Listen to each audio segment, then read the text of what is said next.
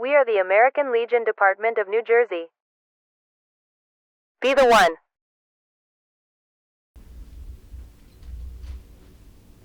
Is the Constitution dead?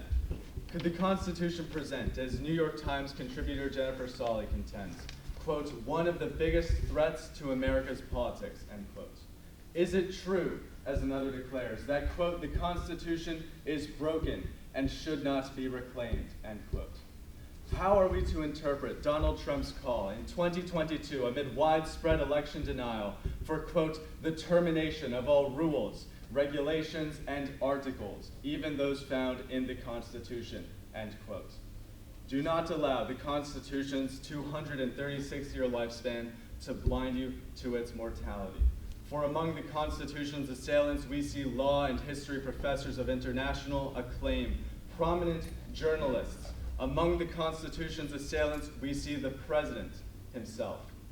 It thus falls upon ordinary Americans, you and me, not only to understand, to defend the constitutional bedrock of our nation, but to simply sing the praises of the First Amendment, to celebrate the framers' wisdom, to shout freedom from the rooftops is insufficient. We must go deeper. Our responsibility is to our founding fathers, as much as it is to our children, as much as it is to ourselves. For if the Constitution faces existential threat, so do we all.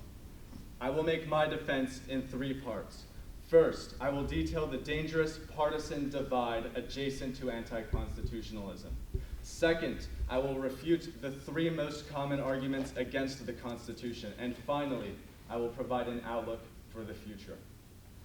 To begin understanding anti-constitutionalism, we need to understand the current polarization plaguing our nation. From 1994 to 2017, the ideological gap between the median Democrat and Republican increased 3-fold. Adjusted for inflation, both congressional and presidential campaign spending has skyrocketed since 1998. Billions are spent on the demonization of political opponents, and it is working. In 2022, Democrats and Republicans viewed each other very unfavorably, the majority characterizing members of the opposing party as, quote, closed-minded, dishonest, and unintelligent, end quote. In 2021, we witnessed the most significant assault on the Capitol since the War of 1812. How close were we to another uprising? This close.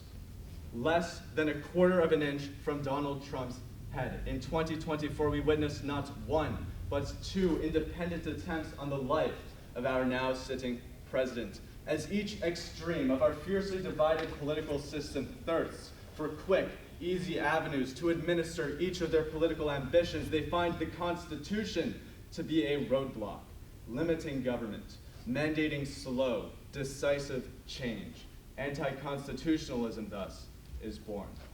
Take the Democratic Party platform, which labels healthcare a human right and climate change, quote, an existential threat, end quote.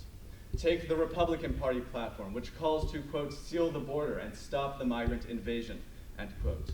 The Constitution makes no statements on the validity of such political, social, or economic aims because the Constitution fundamentally is an apolitical document, not an instruction manual, but a tool. Consider the unique historical circumstances under which the Constitution was devised. Americans had one absolute unanimous cause, maintaining independence. In light of this objective, divisions faded or surrendered to compromise. Consider the Constitutional Convention, which in 1787 was held decades before the invention of the Democratic and Republican parties. The Constitution is the glue of our nation, a glue formed during an extraordinary period of American unity, a glue which has held for more than 200 years. To discard the Constitution now would be to stoke a near unlimited power vacuum and catastrophic disunion.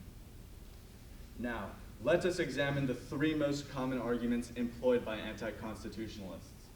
The first argument is well illustrated by Harvard and Yale law professors Ryan Dorfler and Samuel Moyn, who rejected the Constitution as, quote, a document written by largely affluent men more than 2 centuries ago, end quote. But the Constitution is not so young. The Constitution was written in the early 1700s by Montesquieu.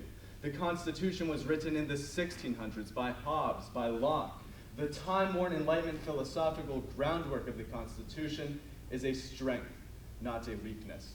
Look at France, which has lived under 14 different constitutions and 5 different republics since the French Revolution. Constant regime changes are evident of political dysfunction, not innovation. James Madison writes in Federalist Number 51, quote, "If men were angels, no government would be necessary," end quote. Has human nature fundamentally changed since the 18th century?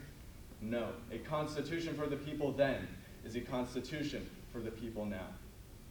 The second argument is exemplified by famed political scientist Robert Dahl. In his 2003 book, How Democratic is the American Constitution? He analyzes America and 24 other stable democracies, concluding, quote, "Compared with other democratic countries, our performance appears, on balance, to be mediocre, at best," end quote. The Constitution does intentionally mitigate democracy, but it is not anti-democratic. The distinctive character of Americans and our exceptional size and diversity stand to gain from the Constitution's strongly federal system, which ensures the representation of Americans outside coastal cities and benefits us all by forcing politicians into the battleground states, where the most intense and healthy political disagreements occur. A constitution is made for a people, and the American system need not work for the Norwegians, Finns, or Luxembourgers. The final argument is often echoed by the president, that the Constitution is too slow. When Donald Trump called for the termination of the Constitution in 2022, he wasn't the first president to disparage the document. Barack Obama saw the Constitution as an impediment to redistributive justice and criticized it as, quote, "a charter of negative liberties," end quote.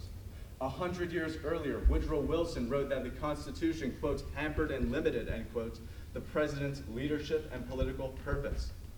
Ironically, these complaints indicate the Constitution is functioning properly, imposing onto the presidency the guardrails of limited government.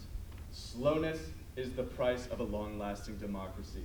Indeed, slavery, the greatest threat our democracy has ever faced, was defeated by the Constitution's notoriously difficult amendment process, which ensured that a determined, rather than transitory majority, backed abolition prior to the Civil War.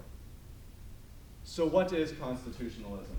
Today, America is more divided than at any time since the Civil War. Constitutionalism doesn't pretend the Constitution is perfect.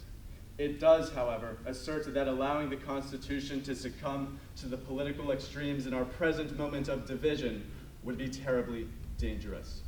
As Ronald Reagan famously remarked in A Time for Choosing, quote, "I'd like to suggest there's no such thing as left or right. There's only an up or down," end quote. Destroying the Constitution will not bring unity. Frankly, no legislation Congress can pass will bring unity. The government is for the people, by the people, and change must arise from the people.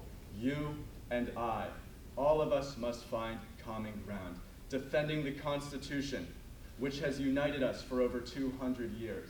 Defending the Constitution, which now faces existential threat, is the first step. Thank you. We are the American Legion Department of New Jersey. Be the one.